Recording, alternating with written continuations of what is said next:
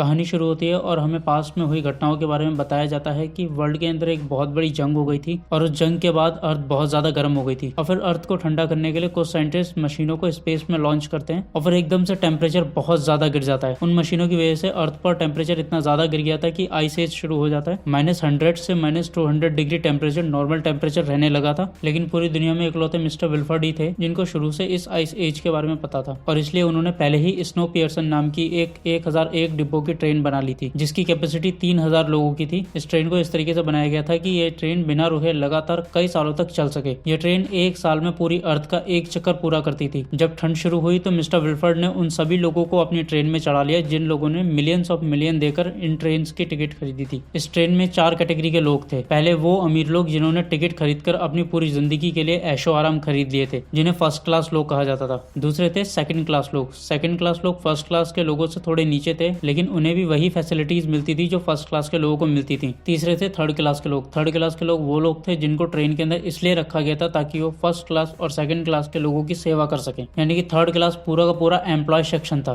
Third class के अंदर कुछ ऐसे लोग भी थे जो टेल से आए हुए थे और वो टेल से थर्ड क्लास के अंदर प्रमोट किसी न किसी फेवर के जरिए या किसी न किसी जान पहचान के जरिए ही हुए थे। और फोर्थ थे टेलीज। ये वो लोग थे जो ट्रेन के स्टार्ट होने पर जबरदस्ती ट्रेन के अंदर चढ़े थे और फिर इन लोगों को ट्रेन के सबसे लास्ट वाले डिब्बे के अंदर बंद कर दिया गया था। इन लोगों का पूरी की पूरी ट्रेन से कोई लेना देना नहीं था लेकिन जब भी कोई खतरनाक काम करना होता था तब इन्हें ही बुलाया जाता था। ट्रेन शुरू होने के कुछ समय तक तो टेलीज को खाने के लिए भी कुछ नहीं दिया गया था जिस वजह से टेलीज अपने ही कमजोर साथियों को मारकर खाने लगे थे। लेकिन थोड़े दिनों बाद मिस्टर विल्फर्ड ने इनके खाने का इंतजाम कर दिया था और इन्हें खाने में एक ब्लैक बार दिया जाता था जो बनाया जाता था कॉकरोच जैसे कीड़े मकोड़ों से। लेकिन ये बार कॉकरोच से बनाया जाता है इसके बारे में टेलीज को कुछ भी नहीं पता था। और अब प्रेजेंट में स्नो पियर्सन लगातार 6 साल 9 महीने 26 दिन से चल रही थी। इस ट्रेन को मिस्टर विल्फर्ड के लिए चलाती थी मेलेनी कैविल जो हेड ऑफ हॉस्पिटैलिटी भी थी और उसी ने इस ट्रेन को डिजाइन भी किया था। मेलेनी के बाद सेकंड नंबर की हॉस्पिटैलिटी थी रूथ जो इंजन के बाहर का सबको संभालती थी। एक तरीके से मेलेनी की एब्सेंट में रूथ मेलेनी के सारे काम करती थी सिवाय इंजन को छोड़कर। और बात करें मिस्टर विल्फर्ड की तो वो कभी भी किसी से मिलने के लिए बाहर नहीं आते थे। उनसे सिर्फ मेलेनी मिलती थी। इस 6 साल 9 महीने के समय में टिकट लेने वाले और एम्प्लॉय कैटेगरी के लोग यानी कि फर्स्ट क्लास से लेकर थर्ड क्लास तक के लोगों को कभी भी कोई दिक्कत नहीं आई। लेकिन टेलीज पर ऐसा कोई जुल्म नहीं था जो ना किया गया हो। उनके बच्चों को उठा के ले जाया जाता था जिनकी शक्ल वो कभी भी नहीं देख पाते थे। वहाँ की औरतों को बांझ बना दिया जाता था ताकि वो बच्चे पैदा ना कर सकें और टेल की आबादी ना बढ़े जिससे फूड सप्लाई पर असर ना पड़े। और टेल में से अगर कोई भी गलती या कोई क्राइम करता था तो उसके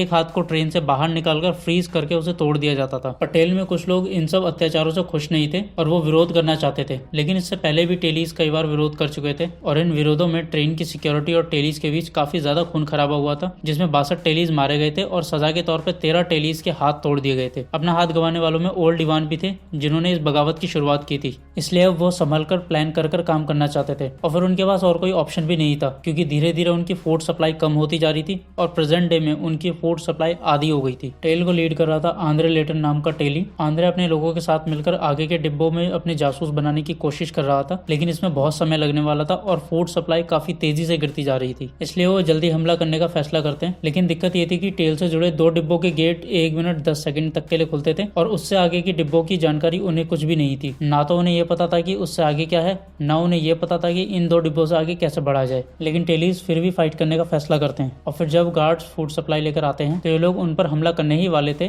पर फूड सप्लाई के साथ हॉस्पिटैलिटी से रूथ भी आई थी और रूथ को देख ये लोग हथियार छुपा लेते हैं। रूथ के कहने पर गार्ड्स आंद्रे को अपने साथ लेकर जाते हैं और आंद्रे को लगता है कि ये लोग उसके साथ कुछ गलत करेंगे इसलिए वो अपने लोगों से चिल्ला चिल्ला कर बोल रहा था कि मुझे बचाओ। लेकिन गार्ड्स आंद्रे को ब्रेकमैन रॉश के पास लेके गए थे। रॉश आंद्रे को बताता है कि ट्रेन के अंदर एक आदमी का मर्डर हो गया और तुम्हें उस मर्डर केस को सॉल्व करना है। और ये केस आंद्रे को इसलिए दिया जाता है क्योंकि आंद्रे पहले एक डिटेक्टिव था। मर्डर शैन ऑरेन वाइस नाम की एक थर्ड क्लास पैसेंजर का हुआ था जो एग्रीकल्चर डिपार्टमेंट में काम करता था। खूनी ने उसके हाथ और जेनिटल को काट दिया था। सब जानने के बाद आंद्रे उसे वापस भेजने को कहता है क्योंकि वो नहीं चाहता था कि उसके लोग उसे गद्दार समझे। लेकिन उसे जाने नहीं दिया जाता और उसे जेल जैसे एक रूम के अंदर बंद कर देते हैं। और फिर वहाँ मेलेनी आ जाती है जो आंद्रे को बताती है कि 2 साल पहले भी एक आदमी का ठीक इसी तरीके से मर्डर हुआ था और इस क्राइम के लिए एक लड़की ड्रॉवर के अंदर सजा भी काट रही है। ड्रॉवर एक टाइप का स्लीपिंग चेंबर होता था जहाँ कैदियों को सजा दी जाती थी लेकिन असल में उन सो रहे लोगों के ऊपर एक्सपेरिमेंट होते थे। अब अगर क्रिमिनल 2 साल से सजा पर था तो ये क्राइम किसने किया था? यानी कि हो सकता है कि गलत आदमी को सजा दी गई थी। आंद्रे को पहले तो सजा काट रही लड़की निकी से मिलवाया जाता है और फिर मेलेनी के ऑर्डर पर रॉश आंद्रे को मर्डर के सस्पेक्ट के पास लेकर जाता है जो थर्ड क्लास में रहते थे। ये शॉन के 3 रूममेट्स थे जिनमें एक जारा नाम की लड़की भी थी जो पहले टेली थी और आंद्रे की एक्स वाइफ भी थी। और जारा ने ही ये बात बताई थी कि आंद्रे एक डिटेक्टिव है और वो इस केस को सॉल्व कर सकता है। ज़ारा ने ये बात इसलिए बताई थी क्योंकि अगर ये केस सॉल्व नहीं होता तो शक के घेरे में वो तीनों आ रहे थे और सिर्फ शक होने की वजह से उन लोगों को मार दिया जाता। वहीं दूसरी तरफ ओल्ड इवान टेल से आजाद होने की सारी होप छोड़ चुके थे और अपने ही बर्थडे पर अपना फेवरेट सॉन्ग सुनते सुनते सुसाइड कर लेते हैं। ओल्ड इवान के सुसाइड की वजह से सब लोग वहाँ पर टूट जाते हैं और भड़क जाते हैं। टेलीज ओल्ड मैन इवान की डेथ की न्यूज ब्रेकमैन्स को देते हैं और रूल्स के अकॉर्डिंग ब्रेकमैन्स को बॉडी हटाने के लिए गेट खोलना पड़ता है और गेट के खुलते ही टेलीज पाइक की लीडरशिप में हमला कर देते हैं। इस हमले में काफी टेलीज भी मारे जाते हैं और जॉन और बैश नाम के 2 ब्रेकमैन्स भी घायल हो जाते हैं। वहीं दूसरी तरफ ट्रेन 24 घंटे तक बुरे माउंटेन वेदर से गुजरने वाली थी जिस वजह से ट्रेन में दिक्कत आ सकती थी। टेलीज के हमला करने की खबर जैसे ही मेलेनी को पता चलती है तो मेलेनी, रूथ और आंद्रे वहां पर आ जाते हैं। इन सब के साथ वहां पर सिक्योरिटी भी थी जो हमला करने के लिए तैयार थी, लेकिन आंद्रे मेलेनी को बोलता है कि वो अपने लोगों को समझाएगा और फिर वो अपने लोगों को समझाता है और बोलता है कि तुम लोग अभी सरेंडर कर दो और स्लीपिंग चेम्बर्स में सोने के लिए चले जाओ। इससे ये होगा कि जब हमें जरूरत होगी तो तुम लोग ट्रेन के इंपॉर्टेंट हिस्से में होगे जिससे टेलीज और जल्दी ट्रेन पर कब्जा कर पाएंगे। और वो मेलेनी को टेलीज की जान बख्शने के बदले केस सॉल्व करने का प्रॉमिस करता है। मेलेनी आंद्रे के ऑफर को एक्सेप्ट कर लेती है, लेकिन साथ ही वो ये भी सजा सुनाती है कि किसी एक टेली को तो अपना हाथ गंवाना पड़ेगा और पाइक के साथ जो 2 लोग हमले में सबसे आगे थे उन तीनों को स्लीपिंग चेम्बर्स के अंदर जाना ही पड़ेगा। सजा सुनाने के बाद मेलेनी इंजन रूम में जाती है जहाँ से मिस्टर विल्फर्ड सब कुछ चलाते थे और ऑर्डर देते थे। लेकिन जब मेलेनी इंजन में पहुंचती है तो वहाँ मेलेनी और उसके बॉयफ्रेंड बेन की बातचीत से हमें पता चलता है कि मेलेनी ही अब तक मिस्टर विल्फर्ड बनकर आज तक ट्रेन चला रही थी।